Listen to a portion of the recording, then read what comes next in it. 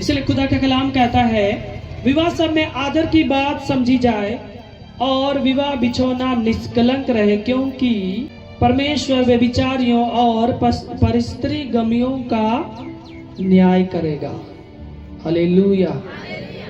परमेश्वर ने कहा जब आप विवाह करते हैं, विवाह से पहले, शादी से पहले बहुत से लोग गलत करते इधर उधर, हाई हेलो, देखा देखी, गर्लफ्रेंड बॉयफ्रेंड, दूध से दूल्हे इंसान कम ही मिलेंगे इस संसार में। गलतियां होती है, उम्र है, उम्र का दोष भी है, मगर प्रभु के लोगों को क्लास दिया जाता है, यूथ लोगों का यूथ मीटिंग होता है, बहुत कुछ होता है। तो यहाँ पे हम क्लास को देते हैं हम लोग कि बाबू, बच्चे बच्चियां, बच्चों ये पाप है, ये पाप है, सभी कलीसियाओं में बताया जाता है। फिर भी कुछ लोग जानबूझ के बदमाशी करते हैं, शैतान काम करता है।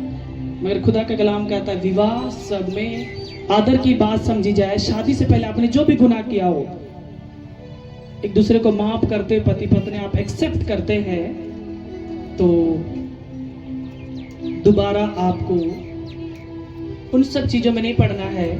और आप शादी के बाद आपका जो बिछौने हैं पति पत्नी का, जो प्रभु कहता है वो पवित्र होना चाहिए, शुद्ध होना चाहिए। कहने का मतलब है पति पत्नी के बीच में तीसरा नहीं आना चाहिए। हालेलुया। खुदा के कलाम में लिखा है, मैं अपने से बना के नहीं बोलता हूं। बहुत से लोग बोल लेते हैं हम 3-4 शादी कर लिए, रख रहे हैं, खिला रहे हैं। आप प्रेम नहीं दे सकते हैं, खाना दे सकते हैं, या खूब से खूब आप दोनों के हाथ से बच्चा पैदा कर सकते हैं। पति पत्नी का जो ओरिजिनल प्रेम है आप नहीं दे सकते। पत्नी डर के मारे बोलेगी अब कर ही लिया है तो मैं खुश हूं। खुश तो है, क्या आप 100% खुश है अंदर से? नहीं है। मेरे यहाँ डेली ये ऐसे लोग आते हैं, क्या करें, हमको छोड़ दिया, खाने के लिए नहीं दे रहा, भैया दूसरा के साथ रह रहा है, क्या करे ना करे, कर ही लिया है तो खुद पाप के और अपना पैर को बढ़ा ही दिया है तो क्या कर सकते हैं। और बहुत से धर्म के ठेकेदार लोग मैं सुना हूं, आप रख सकते हैं, रख सकते लोग सिखाते हैं। यदि वैसा नबी भी होगा ना, वचन में रहेगा भी, परमेश्वर यदि उनको शुद्ध भी प्रमाणित किया हम नहीं मानेंगे। क्योंकि परमेश्वर एक जगह में लिखा है जितने भी सेवा करने वाले लोग हों या कलीसिया के पवित्र लोग हों, आपको एक पत्नी व्रत रहना है, परमेश्वर के बर्दाश्त करना है। अभी तो लोग पत्नी मर गई, बच्चे शादी हो गए, बुढ़ापा में भी मेरे लिए बहू ढूंढ दो ना, सेवा करने के लिए बहू बेटी नहीं है, वो एक्टिंग है। तुमको हवस के पुजारी माइंड में चल रहा है, क्या लाठीज चल रहे हैं, पत्नी चाहिए। अदर लोगों को मैं नहीं बोलूंगा, मसीह लोगों के लिए मैं स्पेशल बोलता हूँ। बेविचारी पाप से बचे रहो। आप यदि शादीशुदा हो चुके हैं, इधर उधर ताक झाक ना करें। आपके बिछौने निष्कलंक होना चाहिए। आपके बिछौनों में, कहने का मतलब आपके पति पत्नियों के प्रेम में और कोई दूसरा तीसरा कलंकित ना आए। मैं एक भाई को समझा रहा था, बेचारा मेरे साथ सब दिन उठता बैठता था, अभी शर्म के मारे साथ में चाय पीना पसंद नहीं करते, क्योंकि उनको बड़ा झटका लगा। और उन्होंने कहा मुझे कोई नहीं समझाया अभी तक। हालेलुया। खुदा का कलाम आपसे बात करता और कहता है आपका बिछौने निष्कलंक होना चाहिए, कोई कलंक ना हो। बहुत बार हम समझ नहीं पाता ऐसा क्यों होता, क्योंकि उस पाप के कारण भी आप कर्ज में जा रहे हैं, आपकी तरक्कियां जा रही हैं।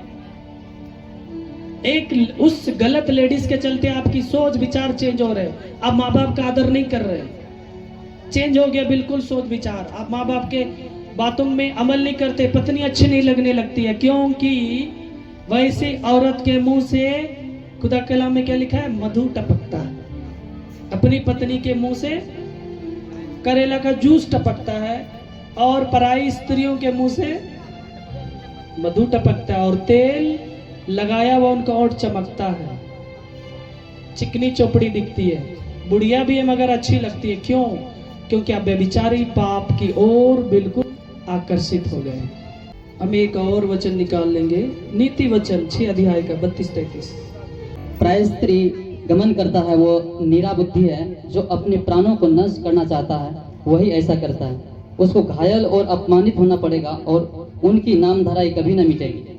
क्योंकि जिसका बुद्धि भ्रष्ट होने पर है वे लोग पराई स्त्रियों से लगाव रखते, खुदा के कलाम कहता है। वैसा आदमी अपने प्राणों को नष्ट करना चाहता है और ऐसे ही करता है, इसलिए लिखा है उसकी घायल और अपमानित होना पड़ेगा, उसको घायल और अपमानित होना पड़ेगा और उसकी नाम धराई कभी ना मिटेगी। उसका जो दाग है परमेश्वर के रजिस्टर में कभी नहीं मिटेगा।